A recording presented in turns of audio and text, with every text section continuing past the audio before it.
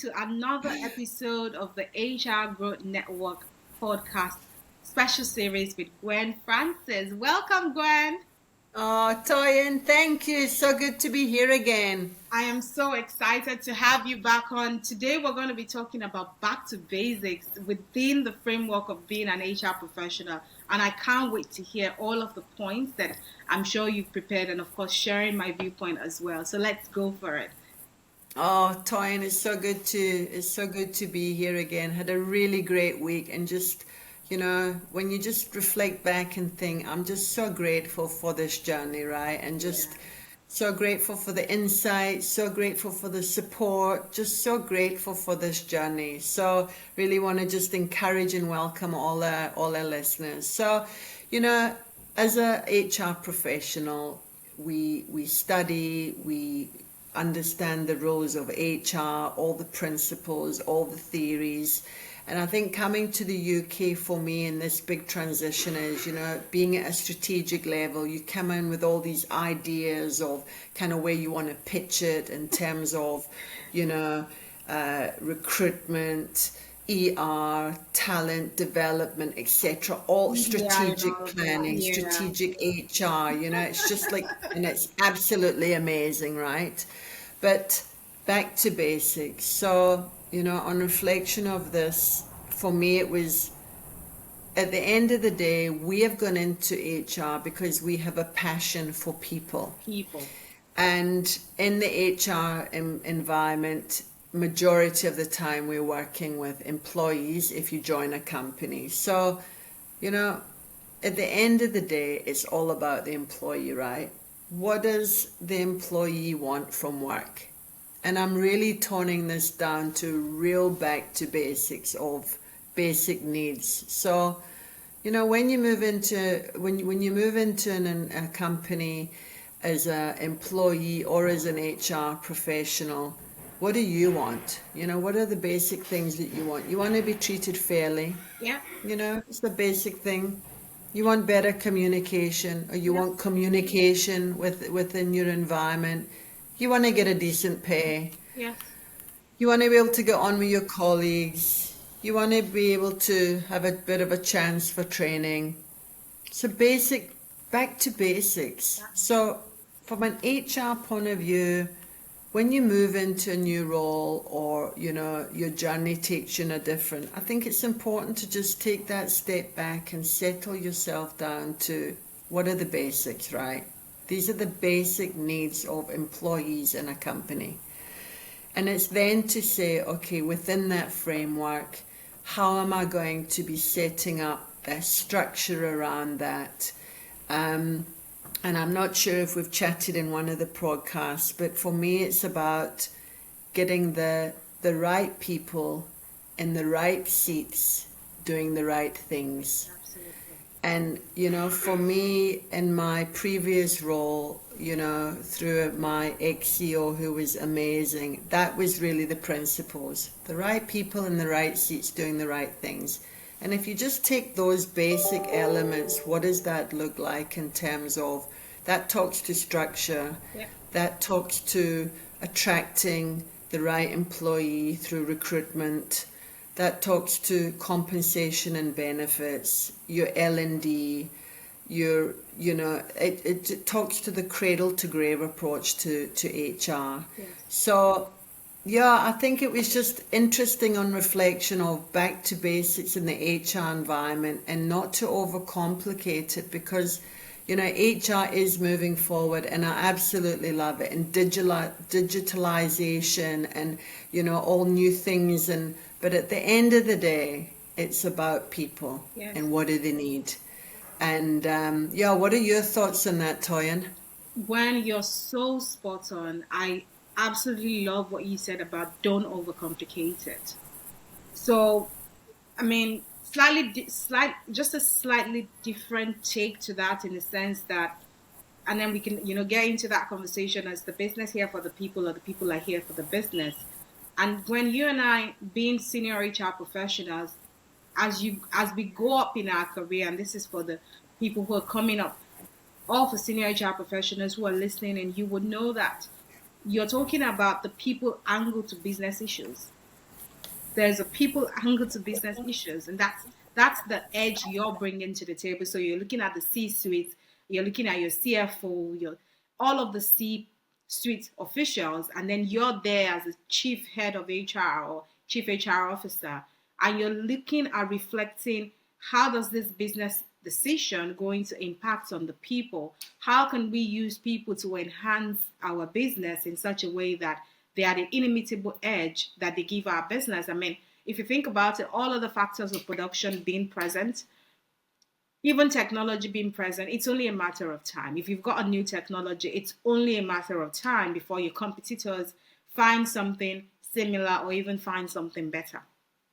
But with your people, you can distinguish yourself in the marketplace.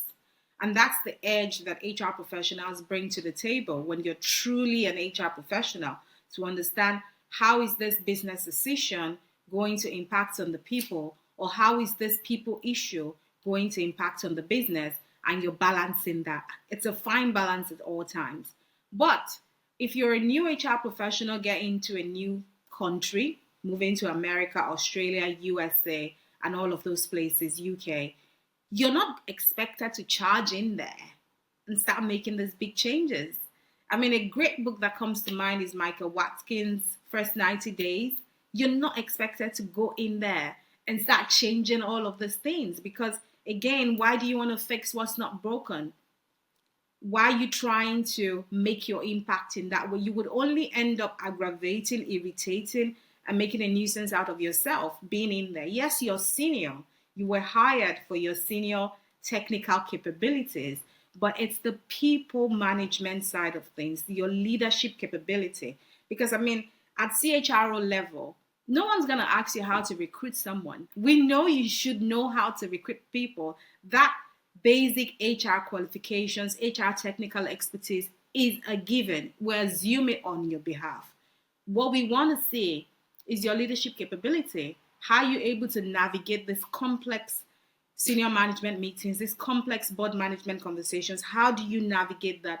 How do you show us the people side of it while still maintaining business profitability and all of those lines? And that's where a senior person listening into this podcast, you really want to take the advice of go back to basics, because the changes you're hoping to implement in the organization, they're really going to be driven by the fundamental things. Do people feel psychologically safe with the company? Do they feel like they get notified, they're communicated in the right manner at the right time about important things that has to do with the business and how it impacts on their contract with the business? Do they feel heard? Do everyone feel represented? Now, it might be interesting to say, we're going to put in this new project, we're just going to do this and we're going to get it done and we're going to eat our numbers. But that's when you strip it all down, how do people feel? How do people feel working for you? Do they trust you as an employer? Are you supporting management to be more trusted? How are you helping them close the gap? Because again, there might be organizations where you've inherited some mistrust, some baggage from the past. Whilst you're walking through that, are you going to be making huge changes and increasing the shakiness of the environment? Are you going to be increasing that, or you're going to try and make the environment a bit more stable for people to feel safe in so they can do their work and give it their best shot and go home to their families? And that's why, for me, back to basics is such an important thing to do, because you're coming in and you're feeling like you have to perform. Yes, you do have to perform, but not that type of performance. Not that type of performance. What do you think, Gwen?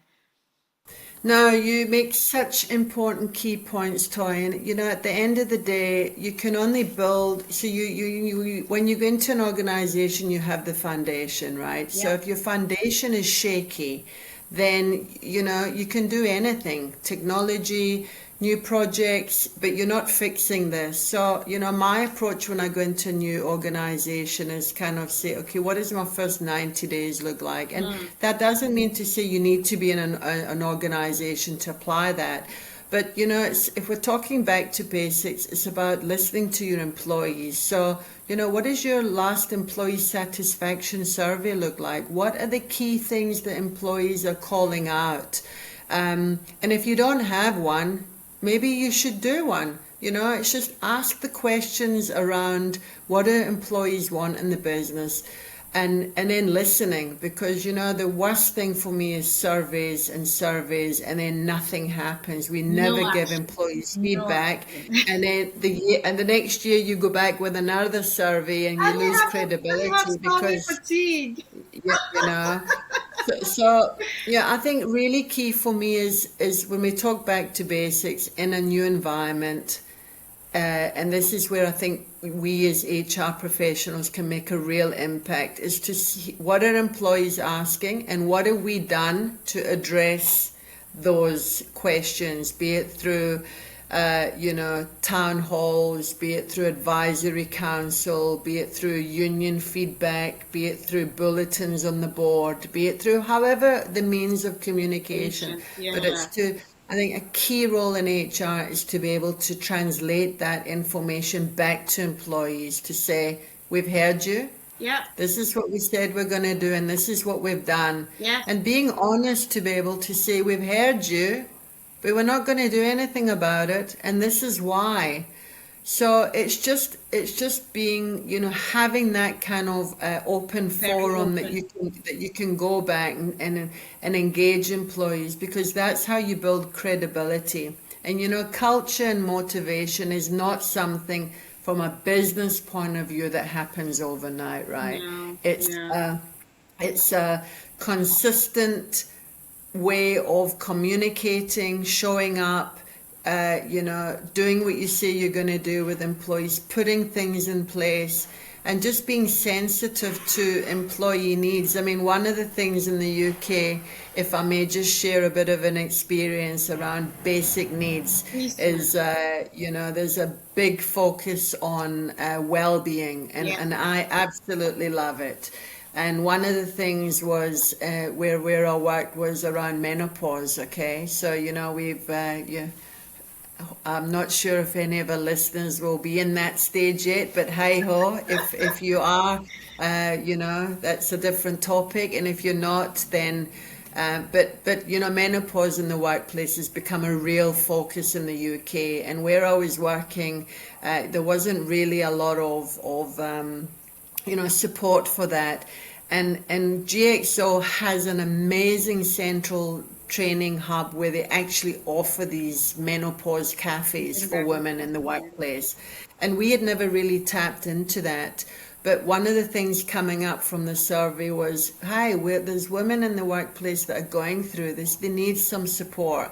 And all we did was just connect the dots to Central and actually make sure that when the menopause cafes were happening, we called the People knew women in. about We it. had bought, it's a simple thing. It's those small little wows that actually people say, okay, And that I'm makes being such a noticed, huge I'm being difference. respected, I'm being listened to. Honestly. So the basics, right? The Simple basics. things that we just, underestimate. So yeah, I think for me it's that's what really back to basics is. It's just, yes, it's about the strategic, it's around the boardroom, but at the end of the day, organization and companies are built on And people, and we people. have that phrase, people are our biggest assets, and we Yeah. say it We so said. easily, but we We don't said it always almost really feels like do it, flashpoint. and I think that's the value that an HR professional can Bring. bring is, Yeah. yes, you have the legislation and all of that we've spoken about, but HR is about people connection, making that difference. And yeah, I think those are some of the back to basics that I've really embraced to say, you know what, it's about the people. Yeah, I absolutely love that point. I love what you just, the insights you just gave now about connecting the dots, because you might find the situation whereby an HR professional is thinking, okay, yeah, I'm listening to this. This makes a lot of sense to me. I've gone back to our employee satisfaction survey results for last year. We've looked at all of the key points from there. We've done some action planning, but then we're really constrained for resources in how to bring these things to life. And of course, maybe management isn't exactly throwing their weight behind some of these initiatives. So, how do you connect the dots with existing infrastructures in the business? You talked about the huge learning academy at GXO. And I absolutely love it. Most organizations will have something. They will have, it may not be university, but they have something.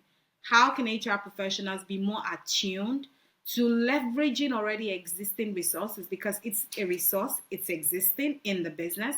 We don't need to outsource it anew, it's already existing. So, how do we connect it? How do we enhance our communication to make sure that the right people are aware of the initiatives that are already existing in the organization, and we're just spotlighting it a bit more for people to see? I love that. So if you're listening to this as a senior HR professional, or you're an HR professional at any level at all, and you're just thinking, this is fantastic, how do I apply this directly into my career and my organization right now? Take Gwen's advice for it. Whatever is existing now, look at how you can enhance it by leveraging it.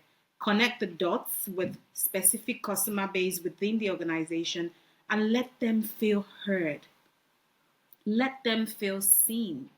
And you can only expect it to get better from there on. If I don't feel heard, I don't feel seen, I don't feel appreciated, not everything is about money. A lot of it is just how you approach it. And as the HR professional in that environment, we are charged with the people management responsibility. So we should be leading the charge and telling the business, this is how we can solve these issues. We can curtail these issues without necessarily breaking the bank. And not everything deserves a new initiative. Sometimes it's just leveraging what's already working. I love it. Thank you so much, Gwen, for sharing with us. It's such an honor to have you in the room, and I look forward to more episodes. Just sharing, from your experience, from your collective wisdom, your lived experience in human resources, and how HR professionals, especially if you're moving into another country or you've recently moved into another country, how you can find your fit and how you can begin to thrive in that new environment. Love it. Thanks so much, Gwen. Toyin, thank you, and I think you've done a really nice summary of just what it looks like. So really, thank you so much for that. Again, a privilege to be on with you and your listeners, and really looking forward to the next podcast. All right. Do have a solid week, and then look forward to seeing you next week, Gwen. Thank you so much. Take care. Thank you. Bye. Bye.